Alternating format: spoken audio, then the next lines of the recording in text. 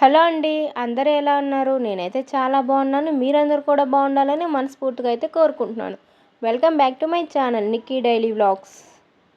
ఈరోజు వ్లాగ్ వచ్చేసైతే అత్తమ్మ వాళ్ళ ఇంటి దగ్గర నుంచి మా ఇంటికైతే వచ్చేసామండి. ఏంటి అనుకుంటున్నారా? విలేజ్లో అయితే అత్తమ్మ వాళ్ళ ఇల్లు, మా హస్బెండ్ వాళ్ళ ఇల్లు ఉంది. అక్కడైతే మేము నెల రోజుల వరకు స్పెండ్ చేసాము. నెల రోజులు స్పెండ్ చేసిన తర్వాత ఊరికైతే బయలుదేరామండి. జాబ్ పరంగా కొంచెం ఇబ్బంది అయితే ఉంటుంది కదా విలేజ్లో. అందుకోసమే మేము ఊరికైతే వచ్చేసాము నెల్లూరుకి. నెల్లూరులో రెంట్ హౌస్ అండి. నెల్లూరులో వెళ్ళేసరికి ఎలా ఉంది ఇల్లు, అదేవిధంగా మా అత్తమ్మ వాళ్ళ ఊరు నుంచి నెల్లూరుకి వచ్చేటప్పుడు చూస్తున్నారు కదా ఎలా ఉందో. మధ్య మధ్యలో పొలాలు, ఇల్లులు, కోతులు అన్నీ ఉంటాయండి. హైవే రోడ్ లాగా అయితే అస్సలకి ఉండదు. ఆడ హైవే రోడ్ అనేదే ఉండదు. ఇలా అయితే ఉంటుంది. మట్టి రోడ్లు గతుకులుగా అయితే ఉంటుందండి. ప్రెగ్నెంట్ వాళ్ళు కానీ అయితే అక్కడే కనిపైపోతుందనే చెప్పవచ్చు ఆ రోడ్లని చూసి. ఎలక్షన్స్ జరుగుతూ ఉన్నా గెలిచిన వాళ్ళు కూడా అక్కడ రోడ్డు వేయించలేదు. మా ఊరు నుంచి వచ్చేటప్పుడు అంత దారుణంగా అయితే ఉంటాయండి రోడ్లు. చూస్తున్నారు కదా, ఇది మా ఊరు. చిన్న చిన్న ఇల్లులు, అదేవిధంగా చెట్లు అంతా కూడా చాలా అంటే చాలా బాగుంటుందండి. అలా ఇంటికైతే అక్కడ 9 గంటలకు స్టార్ట్ అయ్యి 10:30 కల్లా మార్నింగ్ అనేది వచ్చేసామండి. మార్నింగ్ రాగానే ఇల్లు చూసైతే ఖచ్చితంగా షాక్ అయ్యాము. ఇంట్లో బూజు, దుమ్ము, అదేవిధంగా మట్టి, అదొక రకమైన స్మెల్ అనేది వచ్చేసింది.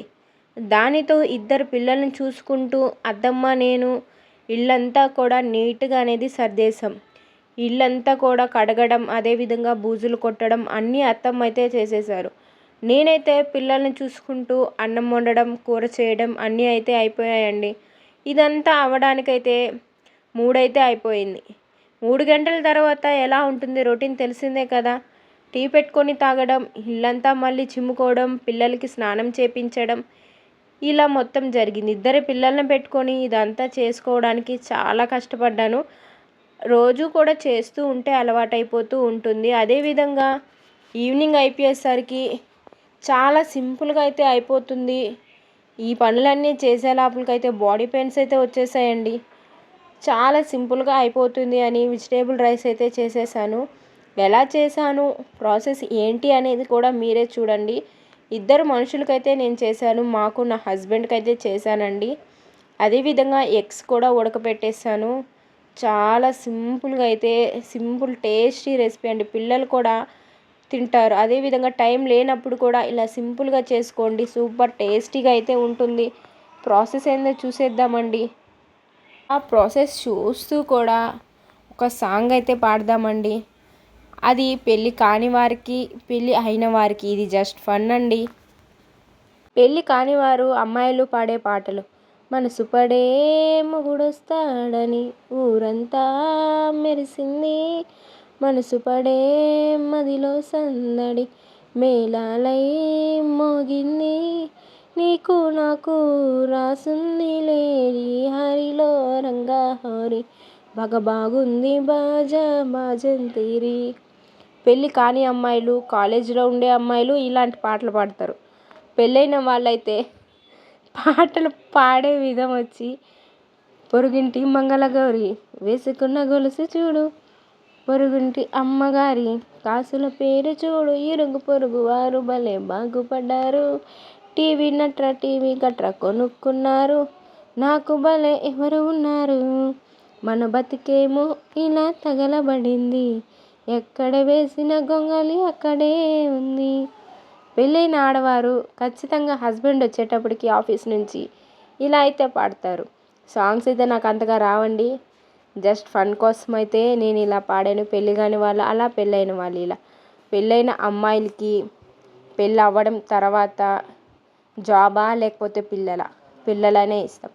పిల్లలు ఒక బాబు కనగానే 2 years అయ్యేసరికి ఏమి ఇంకో బిడ్డ లేదా అని అందరూ అంటూ ఉంటారు. ఆ తర్వాత ఇంకో బేబీని కనేటప్పటికి ఆ బాబుని చూసుకొని, వీళ్ళని చూసుకొని, ఇంట్లో పనులన్నీ చూసుకొని, హస్బెండ్ని చూసుకొని దీనితోనే అయిపోతుంది. రొటీన్ లైఫ్ అయిపోతుందండి.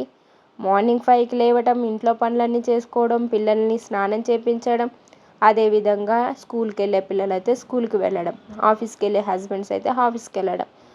వైఫ్కి రొటీన్ లైఫ్ అనేది ఇదే అయిపోతుందండి. ఒక జాబ్ చేద్దాము అనుకుంటే పిల్లలు, అదేవిధంగా స్కూల్కి వెళ్ళేటప్పుడు చేద్దామా అంటే అప్పుడు వర్క్ ప్రెషర్ ఇంట్లో ఎక్కువైపోతూ ఉంటుంది. టిఫిన్స్ అని, లంచ్ బాక్సెస్ అని, బట్టలని, ఇల్లు క్లీనింగ్ అని అలా అంతా అయిపోతుంది.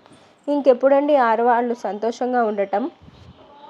ఆడవారు సంతోషంగా ఉండాలి ఇంట్లో ఉన్నా కూడా అనుకుంటే హస్బెండ్స్ ఎప్పుడూ కూడా, అంటే ఇంట్లో భర్త ఎప్పుడూ కూడా వైఫ్ని సంతోషంగా చూసుకోవాలి. ఏ ప్రాబ్లం వచ్చినా నేను ఉండాలి అని చెప్పాలి. అదేవిధంగా ప్రతి దాంట్లో సాయం అనేది చేయాలి. పిల్లల్ని చూసుకునే దాంట్లో కూడా హెల్ప్ అనేది చేయాలి. ఇలా చేస్తూ ఉంటే వైఫ్కి ఎప్పుడు కూడా బాధ అనేది అస్సలకే అనిపించదు. అవునా కదా, మీరే చెప్పండి. ఈ వీడియో మీకు కానీ నచ్చితే లైక్ అనేది ఖచ్చితంగా చేయండి, కామెంట్ కూడా చేయండి. ఇదే విధంగా రేపు వ్లాగ్ వచ్చేసి శ్రావణ మాసం వస్తుంది కదండి. 5వ తేదీ నుంచి శ్రావణ మాసం, ముందు రోజు వచ్చేసి 4వ తేదీ అమావాస్య వస్తుంది. అమావాస్యకి ముందు రోజే, శ్రావణ మాసానికి ముందు రోజే ఇల్లు అంతా కూడా ఎలా శుభ్రపరచుకోవాలి, పూజా సామాగ్రి ఎలా అంటే చేతితో పని లేకుండా ఎలా క్లీన్ చేసుకోవాలి, పటాలను ఎలా శుభ్రం చేసుకోవాలి, ఇంట్లో ఉన్న నెగిటివ్ ఎనర్జీ మొత్తం ముందే తొలగిపోయేలా చూసుకోవాలండి. అప్పుడే లక్ష్మీదేవి మన ఇంట్లో కొలువై ఉంటుంది. నేనైతే ఈ 2 రోజుల్లోనే ఇల్లు మొత్తం కూడా ఆల్మోస్ట్ క్లీన్ చేసేసాను. పూజా సామాగ్రి, పటాలను తుడిచి బొట్లు పెట్టడం మార్కే ఉందండి. నా స్టైల్లో నేను ఎలా సింపుల్గా చేసుకుంటాను, ఎక్కువ ప్రెజర్ లేకుండా, పిల్లలు ఉన్నారు కదండి, ఎక్కువ ప్రెజర్ లేకుండా అయితే నేను చాలా సింపుల్గా అయితే చేసుకుంటాను. ఆ వీడియో అయితే రేపు ఖచ్చితంగా వస్తుందండి, మీకు కూడా నచ్చుతుంది. చేతితో పని లేకుండా, ఎక్కువ టెన్షన్స్ లేకుండా చాలా సింపుల్గా అయితే వ్లాగ్ అనేది అయిపోతూ ఉంటుంది. అంటే పూజా సామాగ్రి చేతితో పని లేకుండా చాలా సింపుల్గా అయితే, నాకైతే 2 నెలల నుంచి అయితే పటాలను తుడవకుండా అలానే ఉంది కదా. అది కాక పూజా సామాగ్రి కూడా చాలా డస్ట్ అయితే పట్టేసింది. ఇంకా పాపని కనిన తర్వాత నేను పుట్టింటికి వెళ్ళాను, అదేవిధంగా అత్తమ్మ వాళ్ళ ఇంటికి వెళ్ళాను. ఇక్కడితోనే సరిపోయింది కదా.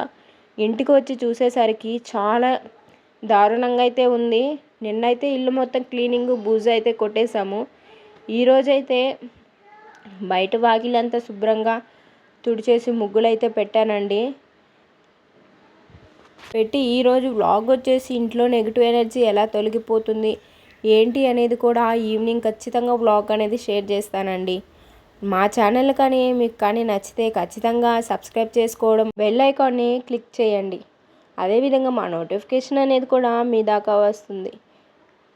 ఇప్పుడైతే ఆల్మోస్ట్ అండి మనం మాట్లాడుకొని అంతా అయ్యేసరికి ఆల్మోస్ట్ వెజిటేబుల్ రైస్ అనేది రెడీ అయిపోతుంది. చూస్తున్నారు కదా, లాస్ట్లో బియ్యం అయితే వేసేసాము. ఒక 10 నిమిషాల కల్లా అయితే వెజిటేబుల్ రైస్ రెడీ అయిపోతుంది. సైడ్ కూడా గుడ్లు బాగా ఉడికిపోయాయి. తీసి పొట్టు తీసుకొని పక్కన అనేది పెట్టుకోవాలి. చాలా వరకు అయితే ఎగ్స్ అనేటివి ఉడకవండి లోపల. నేను పైన ఉడికిపోయాయి బాగా అనుకున్నాను, కానీ లోపలైతే సొన అయితే అస్సలకి ఉడకలేదు. సొన ఉడకలేదని నేనైతే ఇలా ఫ్రై అనేది చేసేద్దాము, చాలా టేస్టీగా అయితే ఉంటుంది వెజిటేబుల్ రైస్లో కనుక్కున్నాను. ఎవరైనా ఇలా ఉడకనప్పుడు ఇలా కానీ చేశారంటే చాలా టేస్ట్గా అయితే ఉంటుందండి. బాగా అయితే ఉడికిపోతుంది. చూస్తున్నారు కదా, సాల్ట్, పసుపు, కారం అనేది బాగా మిక్స్ చేసి బాగా కలుపుకోండి. ఒక 5 నిమిషాలు ఇలా చేశారంటే ఎగ్ ఫ్రై అనేది కూడా రెడీ అయిపోతుంది. అవతల అయితే వెజిటేబుల్ రైస్ కూడా రెడీ అయిపోతుంది. చూసి మీరు కూడా ట్రై చేసి ఎలా ఉంది ఏంటి అనేది మాత్రం ఖచ్చితంగా కామెంట్ అయితే చేయండి.